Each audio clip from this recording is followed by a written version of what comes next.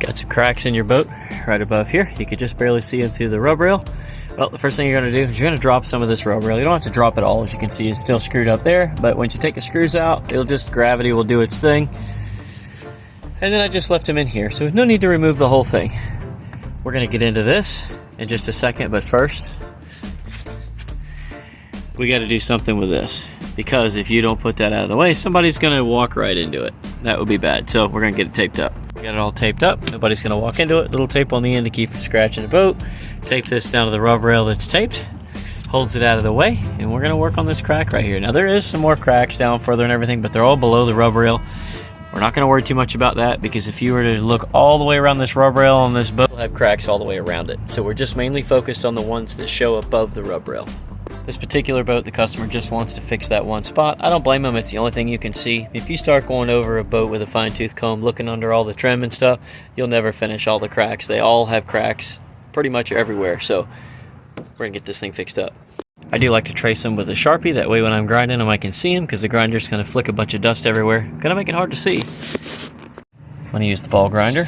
We're going to grind it out and see what we got. Let's see if we got cracks in the fiberglass or just in the gel coat.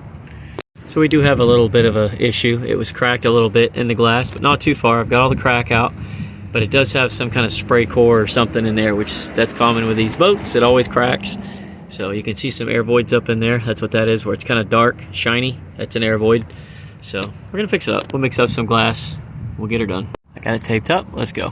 The particular repair we're doing is on a vertical surface. So what that means is if we just throw some fiberglass and some resin up there, well, it's probably going to make a mess. And it's just a little small crack. It's not like a big, huge spot with fiberglass on it. So it's going to be hard to just pack fiberglass in there. So we have a few tricks for that. We're going to use fiberglass resin, and I'm going to throw some milled fiber, which is basically fiberglass that's like powder.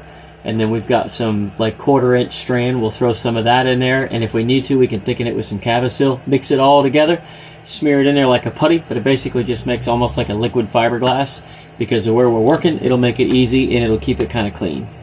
So let's go mix some up. So we got our resin. Here's our mill fibers.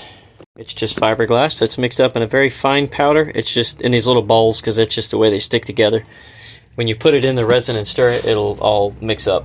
And that's our chop. It's like 1/4 to 1/2 inch strands. We just kind of cut them with the scissors and throw them in there. Works good for stuff like this. Here's the cornstarch of the fiberglass world, Cavasil. It's a very fine powder. We add it just like you're trying to make some gravy. In case you were wondering, that's what it looks like. It's just a very light powder. You can kind of see it coming out of the container. And there you go.